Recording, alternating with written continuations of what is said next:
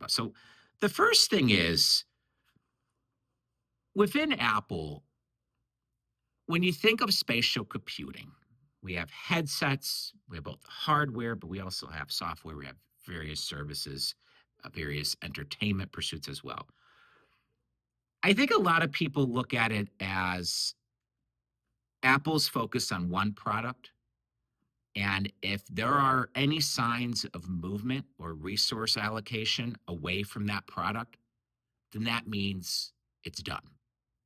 That means that product, that future trajectory is in trouble.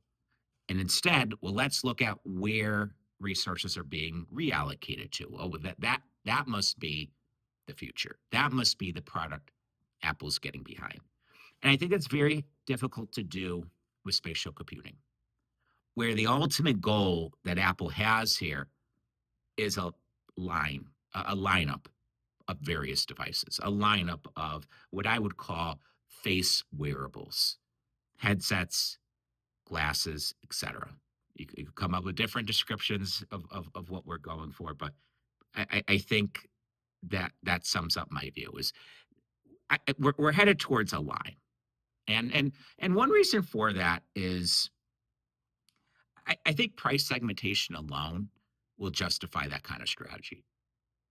When you look at the iPhone, you look at the iPad, Apple Watch, AirPods, Mac, there's not one product. And one reason for it, there's not one SKU. And one reason for that is Apple would not be able to satisfy the entire market in terms of different price segments. You can't just run with a $1,300 iPhone.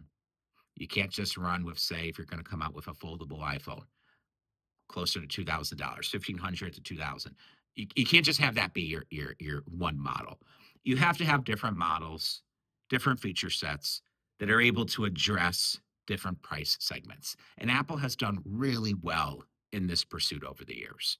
Product marketing, yeah, you could point to a few things that they haven't gotten right here and there, but in general, they have really done well over the past decade in terms of taking a product like the iPhone and having various models that do address most of the price segments. Not all price segments are addressed. There are some price umbrellas out there, but for the most part, Apple has their bases covered. I don't see spatial computing being any different. I don't think this is going to be a market where you have one device and that's it. So you're going to have Apple Vision Pro, and well, if people don't buy that one product, if people